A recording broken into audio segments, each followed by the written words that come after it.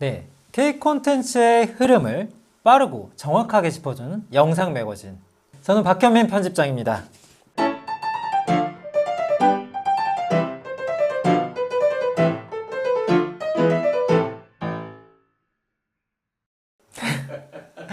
제가 라이브 방송이 처음이라서 항상 녹화 방송만 하다 보니까 사실 얼마 전까지 폭삭 소가수다 때문에 아마 모든 사람들이 제가 아는 주변과 관계자뿐만 아니라 모든 대중들도 폭삭 소가수다 얘기만 계속했거든요. 넷플릭스 시리즈임에도 불구하고 한 번에 공개를 하지 않고 4편씩 4번에 걸쳐서 봄, 여름, 가을, 겨울 3화로 공개를 하면서 거의 한 달 동안 폭삭 소가수다가 콘텐츠 업계를 지배했다라고 해도 과언이 아닐 것 같은데요. 이제 여기서 중요한 부분이 생깁니다. 이게 끝이 났고 그러면 우리는 폭삭 소가수다를 보던 이 사람들은 어디로 갈까? 제가 몇 가지 작품들을 준비해 보았습니다.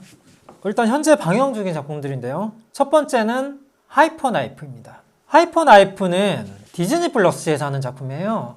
디즈니 플러스다 보니까 아무래도 이제 OTT의 특성상 넷플릭스의 경쟁이 될 수 있겠죠. 지금까지 2편씩 계속 매주 공개를 하고 있고요. 아마 다음 주 정도에 종영이 되는 걸로 알고 있는데 하이퍼 나이프는 메디컬 드라마입니다. 메디컬 드라마라는 게 오픈이 될 때 공개가 좀 화제가 됐던 부분이 있어요. 아마 기억하실지 모르겠는데 의사 전체 파업 일이 있었잖아요. 그 뒤로 작년 동안에 메디컬 드라마가 단 한 편도 나오지 않았었어요.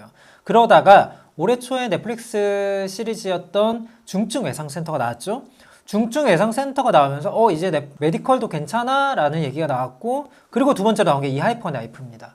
그런데 이 두 작품 같은 경우에는 공통점이 있어요. 의사에 대한 미화 같은 게 전혀 없고, 또 지금 의사 파업 사태를 연상시킬 만하거나 옹호할 만한 어떤 소재도 다루지 않았다는 것. 그래서 대중은 어떤 거부감도 없이 볼 수 있었습니다. 그리고 또 하나, 이게 하이퍼 나이프가 왜 스릴러라는 게 붙어 있잖아요. 메디컬 스릴러. 이제까지 우리가 알던 의학 드라마와 다릅니다. 그리고 주인공이 아주 독특하고 또 매력적이에요. 박은빈 배우라는 배우를 우리가 얘기 안 할 수가 없는데, 박은빈 배우는 얘기를 하면은 우영우가 당장 떠오르죠. 이상한 변호사 우영우라는 작품이 ENA라는 채널을 정말 모든 대중에게 인지도를 알렸던 굉장한 작품이었는데 정말 잘 만든 작품이었어요.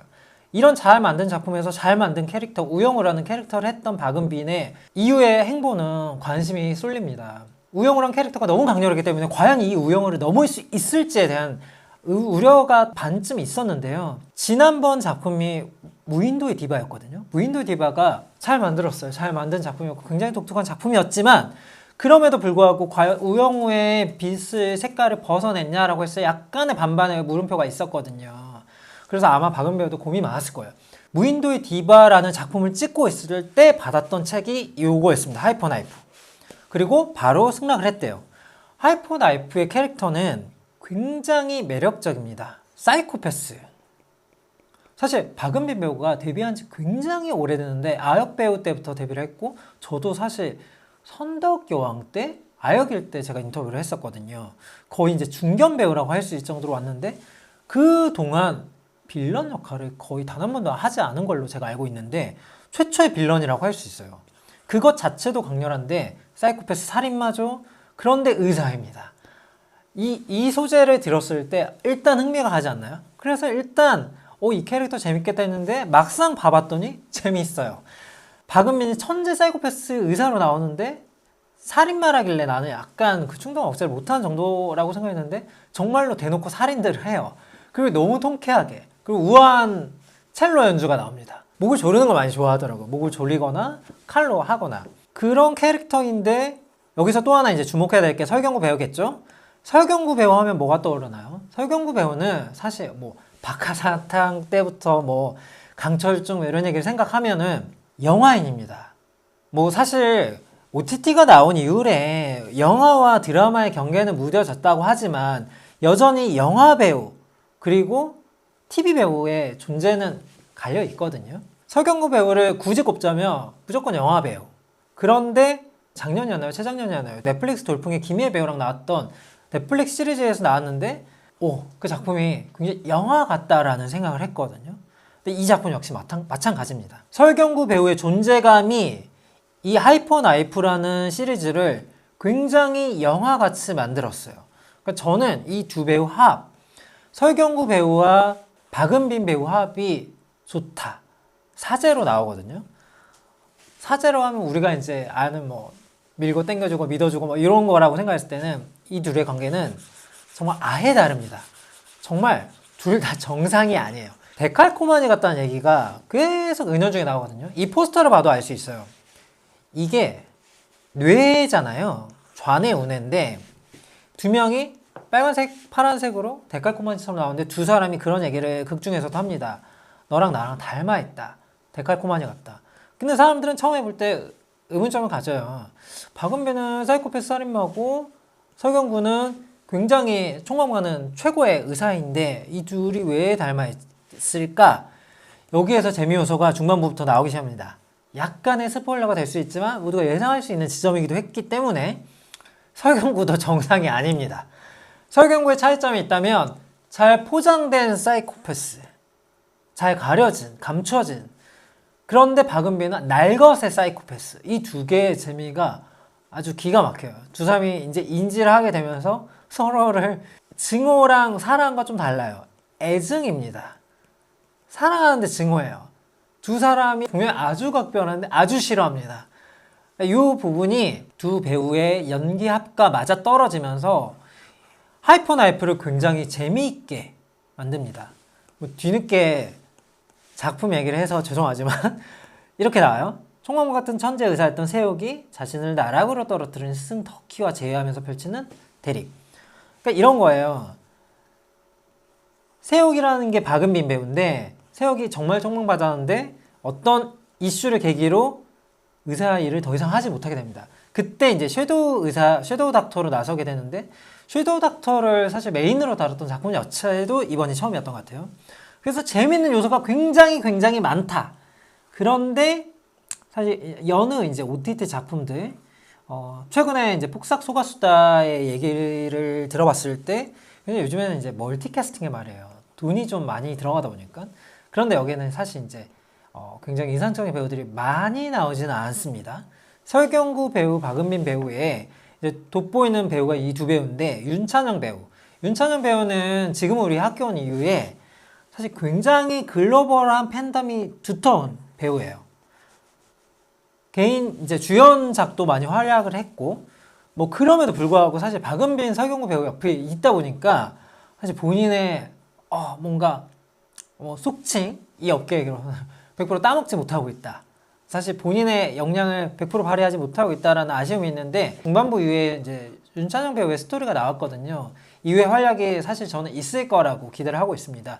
그리고 박병원 배우는 마취과 의사로 나오는데 선한 사람이에요. 여기 이 작품에서 가장 유일하게 선한 사람이라고 저는 생각을 하는데 예전 작품이 권선징악이었잖아요. 그리고 예전 작품이었으면 박병원 배우가 주연이어야 돼요. 선한 사람이 주연이어야 되고 악인은 사실 빌런으로 이제 역할이 이제 고정이 돼 있어야 되는데 하이퍼 나이프의 재미있는 요소는 뭐다? 이게 장르가 피카레스크다. 피카레스크가 뭐냐면 빌런, 악인이 그러니까 완전히 선하지 않은 사람이 주연인 거거든요. 사실 요즘에 OTT가 나오고 요즘 드라마의 추세가 약간 피카레스크라고 보시면 될 것 같아요. 예전에는 뭐 이러니 저러니 해도 선인이 주인공이어야 됐거든요. 그런데 선이 주인공이 뭐가 나오냐면 어떤 고구마 전개가 나올 수밖에 없어요. 사실 선하게 가는데 모든 게 잘 풀릴 수 없거든요. 그러면 어떤 장벽들이 나타나는데 요즘 사람들이 그걸 기다리지 못해요. 너무 답답해요. 근데 악인이다. 이런 부분이 해결돼요. 저기서 답답해야 될 타이밍인데 내가 왜? 하면서 죽여버려요. 아주 시원하죠. 요즘에 유행하는 사이다 전개가 그래서 이 피카레스크 장르와 어우러져서 많이 빛을 발하고 있다고 생각합니다. 매주 수요일날 오후 2시에 공개되고 아직 나머지 회차가 남아있어서 한 번쯤 봐보면 어떨까 라고 생각을 하지만 여전히 약점이라고 하면 그거예요. 2편씩 공개되는 게 좀 아쉽습니다.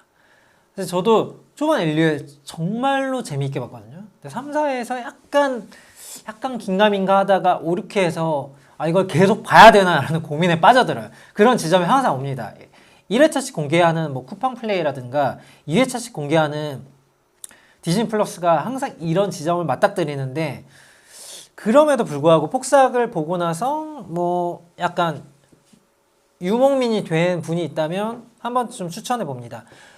아마 좀 예전 작품이긴 한데 미드에서 덱스터 같은 거 연쇄살인마를 살해하는 연쇄살인마 이런 작품 좋아했다면 저는 하이퍼 나이프 추천합니다. 하이퍼 나이프는 결국엔 악과 악의 구도가다 보니까 누가 이기든 누가 지든 상관없어요. 그냥 이긴 편 내 편 뭐 어떻게든 해도 된다라는 재미가 있고, 여기에서 이제 메디컬이라는 건 마지막으로 한 번 더 생각해 봐야 될 지점이 있는데, 의사라는 게 뭡니까? 생명을 다루는 직업이에요. 사람을 구하는 직업이거든요. 메스를 가지고. 그런데 이 의사가 윤리의 선을 넘어서는 순간 사람의 생명을 앗아가는 치명적인 존재가 될 수 있다. 그러니까 치료와 살인, 구원과 파괴가 결국 이 양면성을 가지고 있다는 보여주는 작품이 아닌가 싶고, 하이퍼 나이프 저는 이렇게 한 줄로 요약해 보고 싶습니다. 사람을 살리는 손이 죽이는 손이 될 수도 있다. 여기까지입니다.